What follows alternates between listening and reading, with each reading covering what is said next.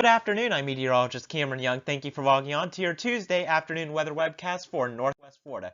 Tomorrow will be a pretty good day. It's going to be very warm and very sunny, just like it was today with a few clouds. But Thursday, we do have a severe weather threat coming into our area. We'll talk about that in just a little bit. But by this weekend, we're going to have great beach weather and great weather overall for outdoor activities. Lots of sunshine and highs back near 80 degrees. And then early next week, we have yet another threat of severe weather. And I'll talk about that one in just first.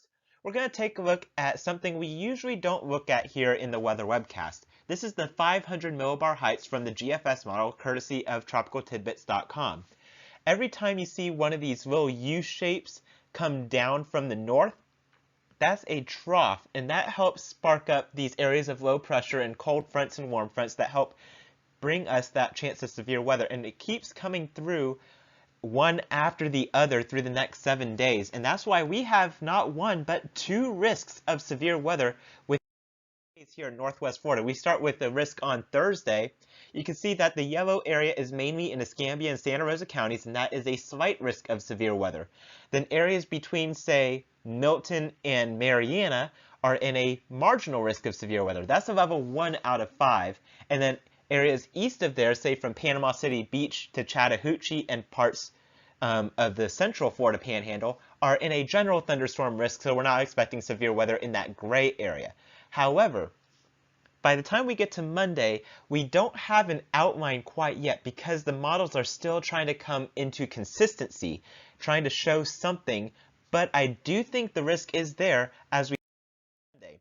But as we head through the day on Thursday and into Friday morning, we're talking about quite a bit of rainfall with this system as well. We're talking 1 to 3 inches of rain possible, and some areas could see a little bit more than that. So be prepared for some pretty heavy rainfall, especially Thursday night into Friday morning. So your rush hour on Friday morning may be a little dicey. Tonight's forecast, though, we're not talking about rain. We're talking about, yes, yet again, more fog. This is the third day in a row that I've had it in our forecast, and it's just going to keep on going. Lows will be in the upper 50s to lower 60s. And then tomorrow, more sunshine with just a few clouds, but very warm, highs near 77 at the beaches to the mid 80s if you are north of I-10. Winds will be out of the south at 4 to 8 miles per hour. And that southerly wind is still keeping us at a moderate risk of rip currents. So be wary of the beach flags and heed the advice of the lifeguards. They know what's best.